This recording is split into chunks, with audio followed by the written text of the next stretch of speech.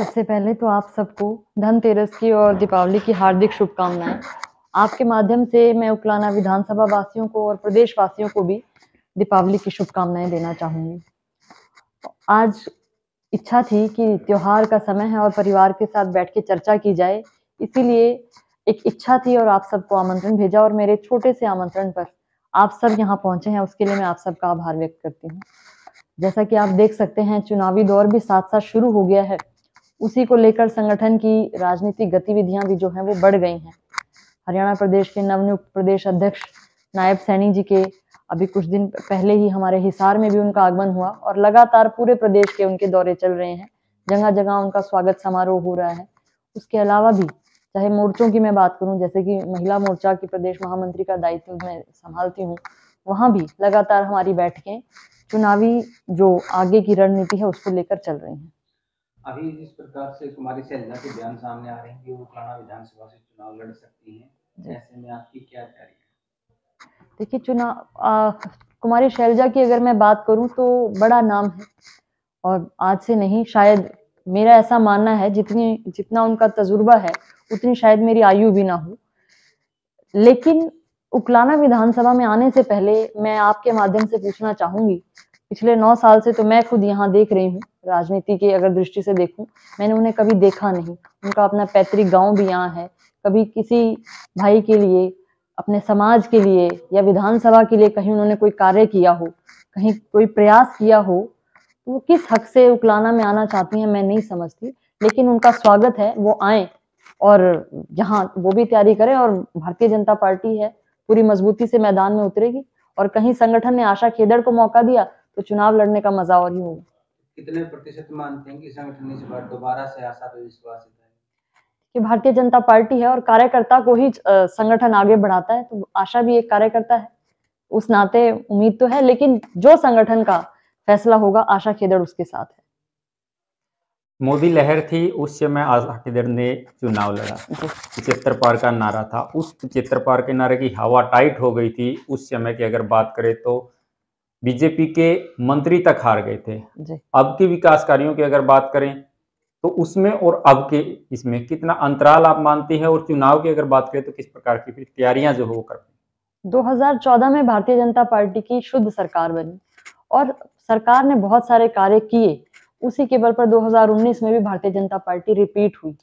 आप देख सकते हैं, एक बार पहले अगर कहीं मैंने देखा है कोई सरकार रिपीट हुई, नहीं तो भाजपा है 40 प्लस के साथ, जैसे हमारे बीच इस हरियाणा प्रदेश में रिपीट हुई। वो भाजपा ने जो काम किए थे उन्हीं के बल पर सरकार आई।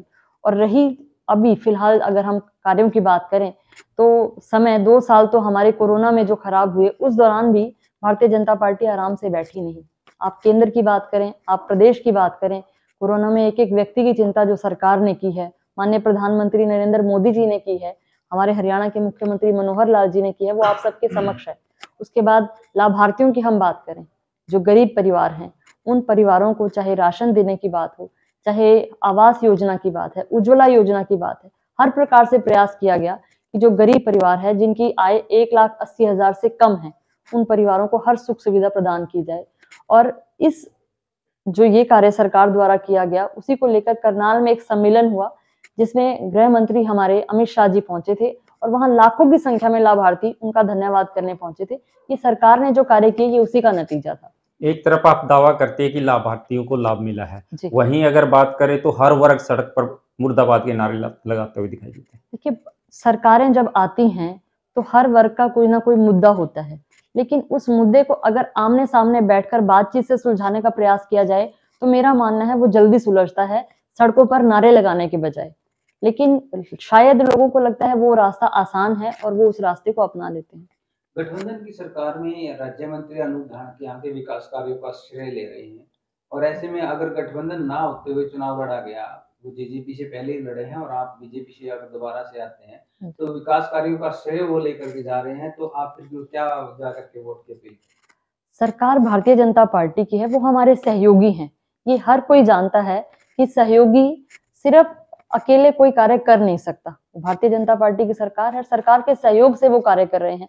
जिस दिन सरकार ने अपना पैर, अपना हाथ पीछे ले लिया, उस दिन वो वहीं के वहीं रह जाएंगे। इसलिए उनका ये कहना कि वो कार्य उनके माध्यम से हो रहे हैं, तो वो आप भी समझदार हैं, मुझे ज्यादा कहने की जरूरत नहीं। सहयोगी दलों का एक भी कार्यक्रम पूरे 5-4 साल के दौरान उकलाना के अंदर नहीं हो पाया। मैं अगर आपको ये कहूँ कि आप चुनाव की बात करें, अगर हम उकलाना चुनाव की बात करें, नगर पालिका चुनाव की बात करें, तो गठबंधन में चुनाव रहा था और उस दौरान हमने जो जेजेपी का कैंडिडेट था उसके लिए हमने वोट मांगे थे। गठबंधन की सरकार थी, इसीलिए हमने प्रयास किया, अन्यथा हमें आवश्यकता नहीं थी। आज स्कूलों में टीचर नहीं है, यहाँ पे कॉलेज का सेंटर तोड़ दिया गया है, इस प्रकार की छोटी छोटी बहुत सारी समस्याएं हैं। जी जनप्रतिनिधि होने के नाते ना तो यहाँ से जो राज्य मंत्री है वो इस तरफ ध्यान दे रहे हैं, जी और आपने भी यहाँ पे बीजेपी की कहीं कहीं आप प्रत्याशी के रूप में रहे हैं, जी तो आपका भी उधर ध्यान नहीं है, तो इन समस्याओं का क्या समाधान हो सकता जी है, कब तक? जी, बिल्कुल ध्यान है, जैसा आपने कहा, और इन चीज़ों के लिए प्रयास भी चल रहा है। चाहे स्कूलों की बात करें, कॉलेज की बात करें, लगातार माननीय मुख्यमंत्री मनोहर लाल जी से चर्चा भी हो रही है, चाहे हमारे मंत्री हैं कंवरपाल जी, उनसे भी बातचीत लगातार होती रही है और प्रयास है कि इन समस्याओं का बहुत जल्दी आशा जी, 4 समाधान हो साल जाए। से ज्यादा का समय हो चुका है, सिर्फ प्रयास से बात बनेगी तो आगे तो चुनाव आ गया है, टाइम ही नहीं बचा है, समाधान नहीं हुआ, और अभी उकलाना सेंटर तोड़ दिया गया है, बच्चे सड़कों पर। अब बिल्कुल आपने जो कहा वो मेरे संज्ञान में है और मैंने भी जैसा कहा कि बातचीत मुख्यमंत्री जी से चल रही है और परसों मेरा फिर से उनसे मिलना होगा। मैं आपको परसों के बाद उसका सही जवाब दे पाऊंगी क्योंकि उनसे चर्चा हो रही है, तो जो भी होगा रेलवे बता पुल बन पाऊंगी। रहा है, उसको जेजेपी अपना बता रही है, बीजेपी अपना, किसने बनवाया? देखिए, मैंने अभी आपको एक बात कही थी कि सरकार है, भारतीय जनता पार्टी की सरकार है और जब जो सरकार होगी, कार्य कोई भी होगा तो कहीं ना कहीं उस सरकार के माध्यम से ही होगा। तो ये भारतीय जनता पार्टी का प्रयास है और उसी ये शायद 2014 से हमने प्रयास किया था, आप सब भी जानते होंगे। तो वो ये कार्य भाजपा ने शुरू किया, तो समापन करने का श्रेय भी भाजपा को ही जा रहा है। हाँ सर, सबसे बड़ी समस्या किसानों का जी, डीएपी और यूरिया टाइम पर नहीं मिल रहे और आज बिजाई का समय है, लेकिन यूरिया और डीएपी के लिए लाइन में लग रहे किसान, ब्लैक में मिल रहे हैं। जो सरकार भारतीय जनता पार्टी सरकार ने किसान के लिए किया है, अगर पिछली सरकारों को हम उठाकर देखें तो आज तक मुझे नहीं लगता किसी भी सरकार ने किसान के लिए कोई कार्य किया।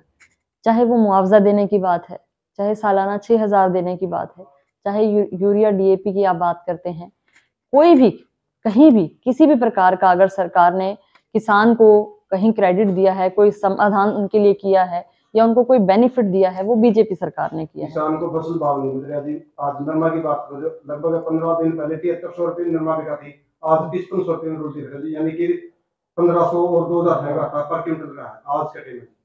देखिए, अगर बात नरमा की आप करते हैं, मैं ये तो नहीं कहती कि मैं खेती करती हूँ, लेकिन किसान परिवार से हूँ, तो इस बार कहीं ना कहीं नरमे में हमने देखा कि कीड़ा भी आया था, उस वजह से भी कहीं जो क्वालिटी है वो कम हुई है। तो जहां क्वालिटी कम है उसका रेट कम हो जाए तो मैं कुछ कह नहीं सकती।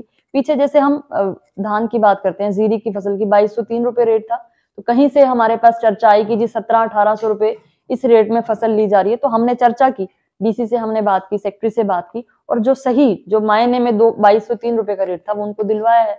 यहाँ भी अगर ऐसी कोई समस्या है तो बात करके उसका समाधान होगा। झांसी को जिला बनाने की जब जब भी मांग उठी है, उकलाना में उसका विरोध हुआ है, लेकिन इस बार नई मांग जुड़ी है कि उकलाना को ही जिला बना दिया जाए। तो ऐसे में आशा खेदर किस प्रकार से समर्थन करेंगे?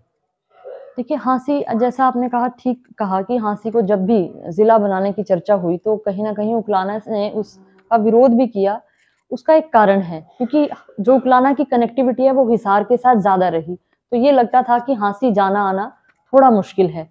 लेकिन अगर जिला बनेगा तो उस चीज को लेकर सरकार और भी कार्य करेगी, कनेक्टिविटी भी बढ़ाएगी, जो सड़कें हैं उनको भी और बड़ा करेगी, वो सब रहने वाला है। लेकिन बात जैसे आपकी आई कि उकलाना को ही जिला बनाया जाए, तो अगर हर फोरम में हर प्रकार की जो जो नीतियां होती हैं उनमें हम खरे उतरते हैं तो जिला बनाने में कोई बुराई नहीं, और आशा केदर भी हमेशा चाहेगी कि उकलाना जिला बने, उसकी विधानसभा है। अभी साथी जिक्र कर रहे थे किसानों का, क्या आप अपने विधानसभा क्षेत्र के किसानों के लिए आश्वस्त हैं कि वो लाइन में लग के डीएपी नहीं ले पाएंगे, इस बार आप पूरा डीएपी दिलवाएंगे? जी, जहां कहीं से भी, पीछे किनाला गांव में मेरा जाना हुआ था एक जनसंवाद के कार्यक्रम के दौरान, और सरहेड़ा गांव में जाना हुआ, एक दो और गांव में हम लोग गए हैं, जहां कहीं किसान वहां पहुंचकर या आने के बाद या फोन पर मुझे बताते हैं कि जी डीएपी की समस्या है, हम साथ ही प्रयास करते हैं कि उसका समाधान किया जाए, और होता भी है।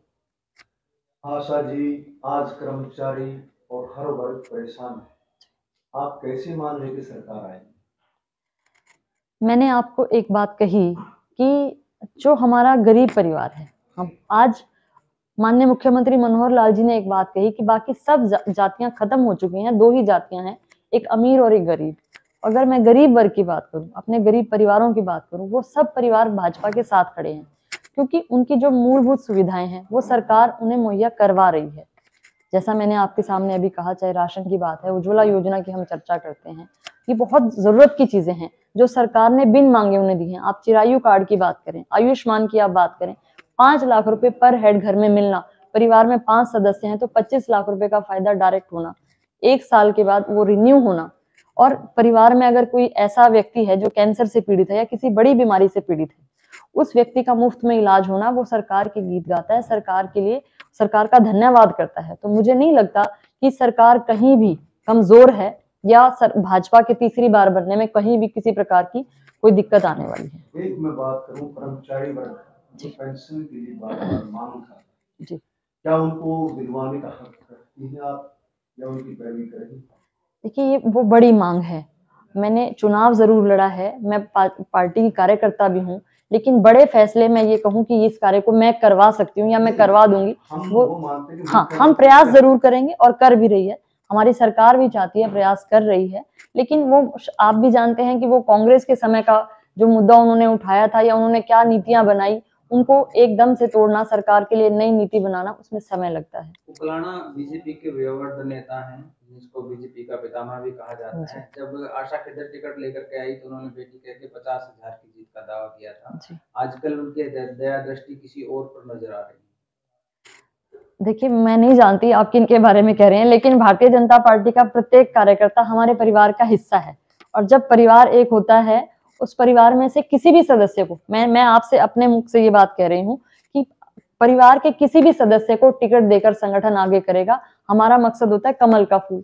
कमल का फूल जो भी कार्यकर्ता लेके आएगा वही हमारा सबका नेता होगा, हम सबका कैंडिडेट होगा, और आशा खेदड़ भी उसके साथ खड़ी होगी। तो ऐसे में अगर गठबंधन चलता है और ये सीट जो है जेजेपी के कोटे से आती है, तो क्या आशा खेदड़ समर्थन करेगी? आशा खेदड़ भारतीय जनता पार्टी कार्यकर्ता है, और जो संगठन का आदेश होगा आशा खेदड़ उसके साथ रहेगी।